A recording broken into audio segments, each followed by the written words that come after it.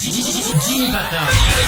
Anne Hidalgo est notre invité ce matin, bonjour. Bonjour. Merci, nous allons parler de l'affaire Benalla. Il a 26 ans, il est lieutenant-colonel dans la réserve citoyenne. Bonjour Agnès Buzyn. Bonjour monsieur. Je revendique l'immaturité et l'inexpérience politique. C'est l'histoire d'une perquisition rocambolesque. Je considère juste avoir été confronté à des gens qui sont des casseurs, ce sont pas des gentils manifestants comme on a pu le dire, ce sont des gens qui ont commis des actes délictueux. Ça me donne le vertige.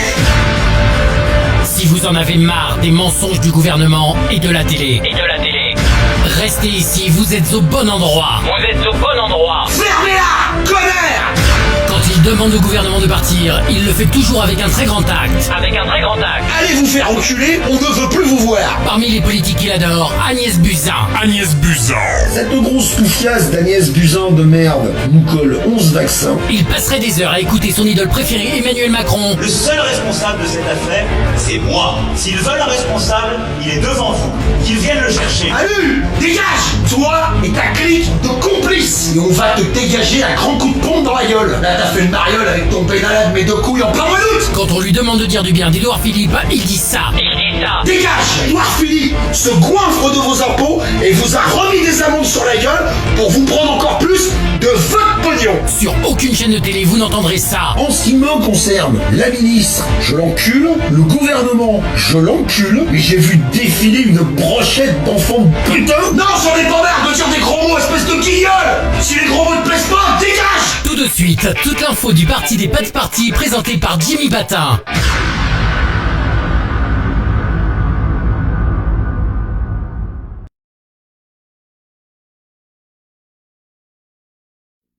Ah! Salut les gens, c'est Jimmy du parti des pas de parti, le parti qui a pris le parti de ne pas faire partie d'un parti, ce qui nous permet en majeure partie de conserver l'intégrité physique de nos partis, pour ceux qui en ont. Alors, un live intitulé « Vous ne valez rien ». Mais alors, rien du tout.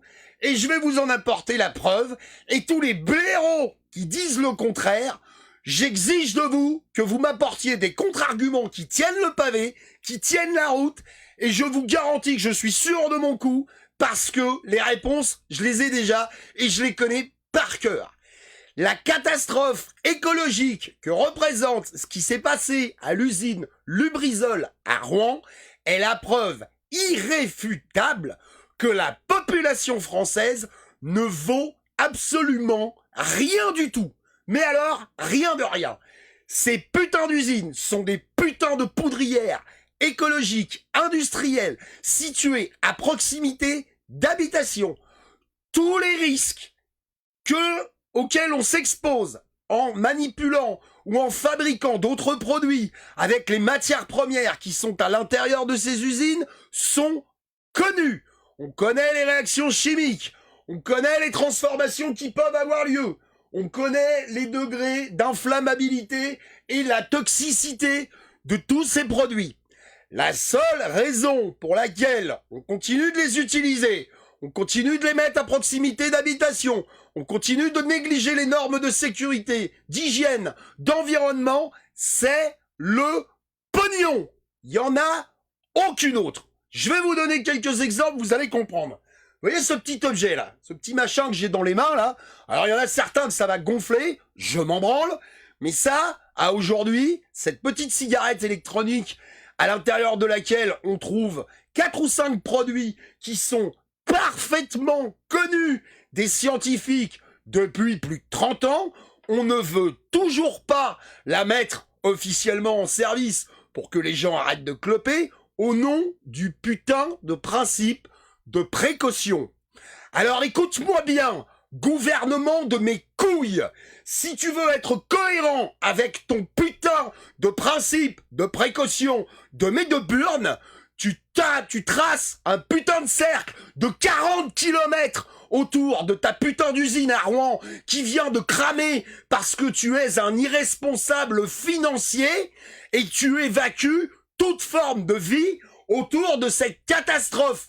Point. Pendant ce temps-là, qu'est-ce que tu fais?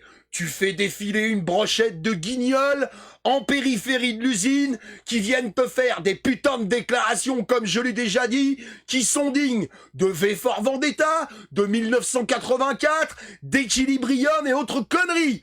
Non, non, ne vous inquiétez pas, la situation est sous contrôle, les risques sont maîtrisés. Alors je vais t'expliquer un truc, du con. Tu nous as déclaré dans Le Parisien du 22 août. Ouais, c'est un live à petit papier, ouais. Effectivement, ça va appuyer un peu là où ça fait mal. Notre ami Daniel Cuff, ou Cuef, je sais pas comment on l'appelle. Le mec, maire d'une commune, lui, il fait rien d'autre que d'appliquer ton putain de principe de précaution en disant les pesticides, je veux pas entendre parler de 50 mètres, de 100 mètres, de 150 mètres, j'en veux pas. Parce que de toute façon, tes putains de pesticides de merde sont nocifs, sont toxiques, sont dangereux pour l'environnement et tout le tralala. Vous savez où il termine, ce mec-là? Au tribunal. Et cet enculé d'Emmanuel Macron de merde n'est même pas capable de lever le petit doigt pour dire « Non, non, attendez, cet homme-là, il a pris une décision qui est couillue. Il fait en sorte de limiter les pesticides dans sa municipalité. On ne l'envoie pas au tribunal. Par contre, quand il y a un débile profond avec un slibard rose habillé comme un extraterrestre qui vient tortiller du cul dans ton putain d'Élysée, là, tu mouftes pas, espèce de salope! Espèce de salope de président de merde. Il y a des gens qui, suite à ce qui s'est passé à Lubrizol, qui vont tomber malades, qui vont mourir dans tous les sites Céveso de France. C'est comme ça. Et c'est comme ça depuis des années. J'ai passé 20 piges dans ce secteur. Je vous attends quand vous voulez pour vous démontrer le contraire. Personne ne fait de la prévention, personne ne fait de la sécurité pour préserver la vie des gens, pour préserver l'environnement, ou parce que c'est éventuellement vertueux ou philanthropique.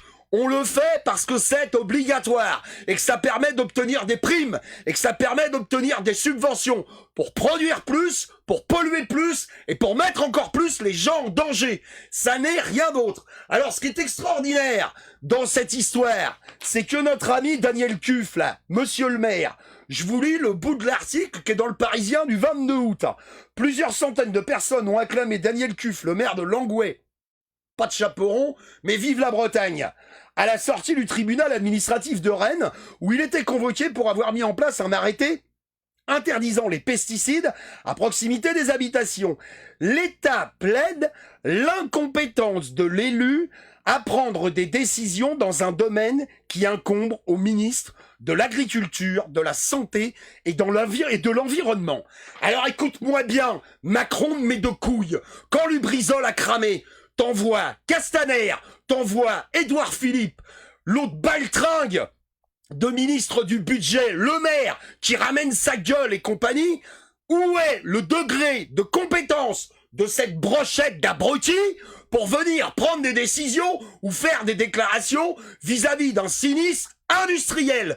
Où il est, le patron de Lubrizol? On l'a pas entendu depuis la semaine dernière. Eh ben, je vais vous le dire où il est, le patron de Lubrizol. Le patron de Lubrizol, il est enfermé depuis 6 jours dans une putain de salle de réunion avec une brochette de baveux, une brochette d'avocats plus merdeux les uns que les autres, en train de décortiquer tous ces putains de documents pour être bien sûr d'être responsable de rien, pour être bien sûr d'avoir suffisamment de putains de parapluies juridiques au-dessus de sa tête pour dire « Ah non, non, non, moi j'ai tout bien fait comme c'est écrit sur les papiers, donc c'est pas de ma faute, c'est forcément quelqu'un d'autre qui a mis le feu. » Vous avez vu, moi, monsieur le président, je fais attention où est-ce que je stocke mes fûts, je fais attention où est-ce que je gère mes produits chimiques et comment je les gère. Mon cul, c'est faux, faux et archi faux. Vous êtes au courant de la fuite à Lubrizol en 2013? Vous êtes au courant de ce qui s'est passé à Toulouse AZF? Il y a combien d'usines qui explosent? Il y a combien d'accidents industriels? Il y a combien d'incendies qu'on pourrait éviter? On est bientôt prêt à aller marcher sur Mars et on sait toujours pas mettre une putain d'usine en sécurité. Aujourd'hui, ici, en 2019, pipeau, connerie. Alors il y a un petit message que je voudrais faire passer par rapport à cet événement. savez, depuis le 17 novembre 2018, à chaque fois que des gens défilent dans la rue, juste parce qu'ils ont faim, juste parce qu'ils sont dans la merde, juste parce qu'ils voudraient s'en sortir, Thierry Chopper donne des preuves, va sur le site de l'INRS, prends 4 produits qui sont fabriqués chez Lubrizol, et lis les putains de FDS. Tu sais lire, tu sais écrire, tu sais compter, alors ferme ta gueule avec tes commentaires de merde. Moi, je vous dis qu'à aujourd'hui, on se fout de vous. Alors, le petit message que je veux faire passer, depuis le 17 novembre dernier, chaque fois qu'il y a un troupeau qui se balade dans la rue en disant « on voudrait bouffer, on voudrait payer nos factures, on voudrait s'en sortir dignement dans la vie », tous les blaireaux qui sont autour, « oh là là, les gilets jaunes, ils nous embêtent. Oh là là, les gilets jaunes, ils bloquent les voitures. Oh là là, les gilets jaunes, ils cassent des trucs. » Eh ben, je vais vous donner un scoop, bande de débiles profonds qui crachaient sur la gueule de tous les citoyens révoltés aujourd'hui. Les gilets jaunes, les foulards rouges, les slibards verts, les bonnets bleus, les strings violets. Eh ben, quand Lubrizol éclate, que vous rouliez dans un SUV à 80 plaques ou que vous soyez en vélo parce que vous galérez pour aller bosser, d'un point de vue chimique, d'un point de vue gaz, d'un point de vue intoxication, vous allez en prendre plein la gueule comme tout le monde. Alors est-ce qu'à un moment donné, vous allez vous les sortir, vos petits doigts, pour essayer de vous indigner un tout petit peu? Parce qu'aujourd'hui, ces putains d'industriels qui continuent de désintégrer la planète, que ce soit à l'échelle nationale, européenne ou planétaire, vous avez la possibilité de leur clouer le bec. Vous avez les moyens de changer tout ça. Suffit juste de tout arrêter, de se poser et de dire « Stop ! Ça suffit. Je ne veux plus que quand mes enfants sortent de chez moi, ils prennent bientôt plus de risques qu'un cosmonaute qui va à l'autre bout de la galaxie. On en est là. Un gamin ne peut pas bouffer normalement. Un gamin ne peut pas respirer normalement. Un gamin ne peut pas faire du sport normalement. Un gamin ne peut même pas jouer sur une aire de jeu parce qu'on trouve moyen de porter plainte parce que ça fait trop de bruit. On en est là. On porte plainte contre des coqs qui chantent. On porte plainte contre des cigales. Et cette espèce d'abruti de Lubrizol fait exploser sa putain d'usine à 200 mètres d'un grand centre urbain. Et ça passe comme une lettre à la poste dans les médias avec toutes ces bites molles du gouvernement qui viennent nous dire « Non, non, vous inquiétez pas, il n'y a pas de risque. » Et vous avalez ça avec vos putains de télé, vous avalez ça avec vos putains de radio. Mais c'est complètement irrationnel. Tous les blaireaux qui viennent me faire chier à longueur de temps en me parlant des complots pédophiles, satanistes, illuminati ou je sais pas quoi. Vous êtes où, là, pour les protéger, les mômes? Vous êtes où? Est-ce que vous allez vous indigner à un moment donné, au lieu d'inventer des simagrées qui n'existent pas? Parce que ça y est, il y a de la radioactivité chez Lubrizol. Bientôt, ce sera un extraterrestre débarqué de sa soucoupe volante qui est venu fumer sa clope sur le toit d'un bâtiment et ça a fait exploser l'usine. Non mais vous êtes cons, vous êtes cons. Est-ce qu'à un moment donné, on peut pas essayer de s'indigner avec des choses suffisamment simples? Ces gens-là manipulent des produits qui sont dangereux, toxiques, corrosifs, reprotoxiques, cancérigènes, mutagènes et tout ce que vous voudrez. Ils le font en toute impunité. Toutes les usines Seveso doivent répondre. Et ça, allez faire un tour sur les J-France, allez farfouiller le code du travail, allez faire un tour sur les NRS, bougez-vous le dartois, mais cherchez un peu. Toutes les entreprises qui fabriquent ou qui produisent dans le cadre d'un site classé Seveso O répondent aux exigences d'un arrêté d'exploitation. Je suis ingénieur QHSE depuis quelques années, j'ai une accréditation de coordonnateur SPS réalisation niveau 1, ça fait 20 ans que je travaille dans l'industrie, je connais les sites chimiques et pétrochimiques par cœur. Et ces gens-là appliquent des directives gouvernementales qui sont un tissu de conneries. On n'a pas changé depuis le Titanic, où on a dit, oui, on sait qu'il n'y a pas assez de canaux de sauvetage, mais on applique la loi. Eh ben, c'est la même. Ça n'a pas bougé d'une virgule. Et le seul leitmotiv à tout ça, la seule raison, le seul dénominateur commun, c'est le pognon. Il n'y en a pas d'autre. Moi, je mets au défi Édouard Philippe, je mets au défi Castaner, je mets au défi Macron de me chiffrer la vie de quelqu'un. Donnez-moi le prix, bande d'enculés. Dites-moi combien ça coûte. Un homme, une femme, un enfant, un vieillard, un prof, un retraité, un ingénieur, un mec pété de thunes, un type qui gagne au jeu.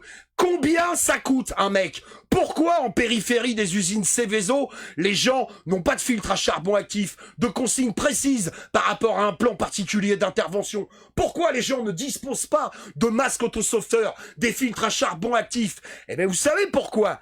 Parce que ça coûte trop cher. Parce que, d'un point de vue industriel, on parle toujours de l'occurrence. Oui, on sait que tous les manomètres sont au maxi. On sait que tous les voyants sont au rouge et que on est au bord d'une catastrophe. Mais tant qu'on n'a pas subi l'occurrence, tant qu'on n'a pas subi une catastrophe, on ne met strictement rien en place. Eh bien, à un moment donné, messieurs, mesdames, que ce soit les gouvernements, que ce soit la haute finance, que ce soit les banques centrales qui fabriquent de l'oseille, à un moment donné, quelqu'un, quelque part, de suffisamment bien placé, va finir par vous dire « vous saviez » et vous n'avez rien fait, alors que vous étiez parfaitement au courant. Cette mascarade, elle ne peut pas durer indéfiniment. C'est impossible, ça. Vous ne protégez pas vos enfants. Et une société qui ne protège pas ses enfants, c'est une société qui va extrêmement mal. Nos gamins, on les met en danger. On ne peut pas les éduquer. On ne peut pas les former. On ne peut pas les soigner. On ne peut pas les mettre dans des bahuts. On ne peut pas leur fournir une instruction qui tient le pavé. Et pendant ce temps-là, on joue à l'apprenti chimiste avec toutes ces conneries industrielles. On connaît exactement, comme je l'ai déjà dit, tous les risques et tous les produits qui sont à l'intérieur, mais on continue d'aller dans le mur. Je veux dire, même si la version du départ de feu extérieur, qui à mon avis est une pourrie épouvantable, au lieu encore une fois d'aller chercher des putains de complots des francs-maçons Illuminati qui boivent des bols de sang de bouc dans des têtes de porc égorgées. Encore une fois, vous allez pas me faire avaler que dans une usine comme celle-ci, on n'est pas capable de se protéger d'un élément extérieur. Vous voulez que je vous donne un scoop? Tout le monde panique devant les terroristes. Je sais pertinemment qu'un bâtiment réacteur d'une centrale nucléaire ne peut résister à l'impact d'un avion de tourisme. Uniquement. Si vraiment les terroristes étaient ce qu'on décrit, il y a belle lurette qu'ils auraient précipité un 747 sur le bâtiment réacteur d'une centrale nucléaire, sachant pertinemment que les militaires n'auraient pas d'autre choix que de l'abattre. Voilà la réalité des choses. Tous ces putains de centres industriels ne sont pas en sécurité, ne sont pas protégés, ne sont pas... on ne fait pas en sorte de protéger la population et de protéger les salariés qui sont à l'intérieur. Ce matin, j'ai entendu un monsieur de la CGT qui s'appelle Gérald Lecor, qui se démène tout seul avec son équipe. C'est la CGT. Qu'est-ce que tu veux que ça me foute que ce soit la CGT? Le mec prend des initiatives qui tiennent la route et tient des propos qui sont intelligents. Qu'est-ce que j'en ai à cirer qu'il ait un placard de la CGT sur la gueule? C'est ce qui m'intéresse qu'il dit. Eh ben le gars, il se démerde à faire des prélèvements tout seul. Il se démerde à faire des analyses tout seul. Et ça, nos gouvernants sont pas capables de le faire. Tout ce qu'on voit arriver, c'est cet enculé de Castaner qui tire à bout portant sur la population depuis un an. Depuis un an, les gens sont éborgnés, ont des membres arrachés, ont des séquelles à vie. Et à chaque fois, toutes les enquêtes de l'IGPN, il n'y a pas de suite parce qu'on ne sait pas quel policier a tiré, on ne sait pas quel gendarme a tiré. On peut pas à un moment donné porter procès à la police, à la gendarmerie, à l'État. Non, non, on classe sans suite. Ouh là là, oh non, c'est trop compliqué. Alors, messieurs, mesdames, qui sont en dehors de tous ces conflits sociaux qui traînent depuis pas mal d'années, j'ai le regret de vous dire que quand le brisol éclate, que vous soyez d'accord ou pas d'accord, que vous soyez gilet jaune ou...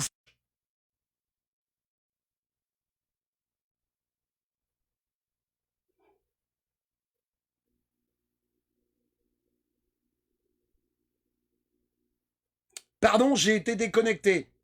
tant que les gens resteront dans le coma avec leur putain de télé, leur putain de merdia, leur putain de télé-réalité, leur putain de foot, bref, tous ces éléments qui servent à contrôler les foules, tant que les gens resteront divisés, tant que les gens ne comprendront pas qu'il est beaucoup plus facile de diriger et de manipuler 10 groupes de 1000 personnes plutôt qu'un groupe de 10 000, eh bien, ça ne changera jamais. Jamais, jamais, jamais. Nous sommes les responsables de ce qui nous arrive. Nous sommes aujourd'hui suffisamment cultivés, suffisamment alertes. Nous avons suffisamment accès à l'information pour nous indigner contre ça. On ne le fait pas. Certains s'y mettent, certains se bougent. La contestation citoyenne est en train de se développer tel un virus, telle une bactérie. Mais combien il va falloir de Lubrizol pour que les gens prennent conscience du monde dans lequel ils sont en train de vivre? Toutes les solutions alternatives, on les connaît. Toutes les choses à mettre en place pour l'écologie, le bien-être des gens, arrêter les problématiques de perturbateurs endocriniens, mettre en place un système qui permet de nourrir la population de façon saine et dans de bonnes conditions, on les a. On sait exactement ce qu'il convient de faire. On ne le fait pas au nom de l'argent. C'est tout. Et rien d'autre. Alors, qu'est-ce que j'avais à dire d'autre par rapport à tout ça? Pas grand-chose. Je pense que j'ai suffisamment gueulé comme ça. Alors, au lieu de venir me faire chier avec « tu cries fort, t'es vulgaire », fais pas bien, fais les francs-maçons et compagnie. Lubrizol vient de te péter à la gueule. Il y a de la suie et des produits qui dégoulinent en périphérie tout autour de l'usine. Le seul responsable, comme il l'a déclaré lui-même, c'est cet enculé de Macron et tous les blaireaux qui sont autour de lui. À partir du moment où vous ne vous indignez pas, vous les laissez faire et vous devenez complices. Peu importe la façon dont vous vous indignez, peu importe la manière où à un moment donné, vous décidez d'entrer dans la contestation. Tant que vous n'y êtes pas, vous êtes complice de ces événements. Il y a des tas de manières de lutter. J'ai encore entendu hier soir dans un live tout un tissu de conneries disant « Ah ben non, mais retirer l'argent des banques, ça ne servira à rien. » Les banques possèdent en coffre 8% des sommes qu'elles ont prêtées à l'extérieur. Si on se pointe à 10 millions pour retirer 1500 €, on les met dans la merde. Et ne venez pas commenter en me disant que ça ne marchera jamais, dans la mesure où on n'a jamais essayé. Jamais, jamais, jamais. Alors faisons-le, et quand on l'aura fait, on aura tout loisir de dire « Ouais, effectivement, on a essayé, mais ça n'a pas marché. » Le problème, c'est que pour l'instant, on n'essaie pas. S'il vous plaît, essayez un tout petit peu de vous aimer les uns les autres. À minima, essayez de vous tolérer, essayez de faire en sorte d'accepter le mec qui est à côté de vous tel qu'il est, parce qu'à l'heure actuelle, s'il y a bien un dénominateur commun à tout ce bordel, c'est que si vous ne faites pas partie des 50 plus grosses fortunes de France, si vous n'êtes pas dans le cercle VIP de la finance et de la politique française, vous allez crever bien comme tout le monde. Quelle que soit votre race, votre religion, votre couleur de peau, votre catégorie socio-professionnelle et votre courant de pensée politique. Vous ne faites pas partie du cercle, vous allez y passer. Ne regardez surtout pas la télévision, je vous en supplie. Et à plus tard, si vous le voulez bien. Très bonne journée à tous. À ciao.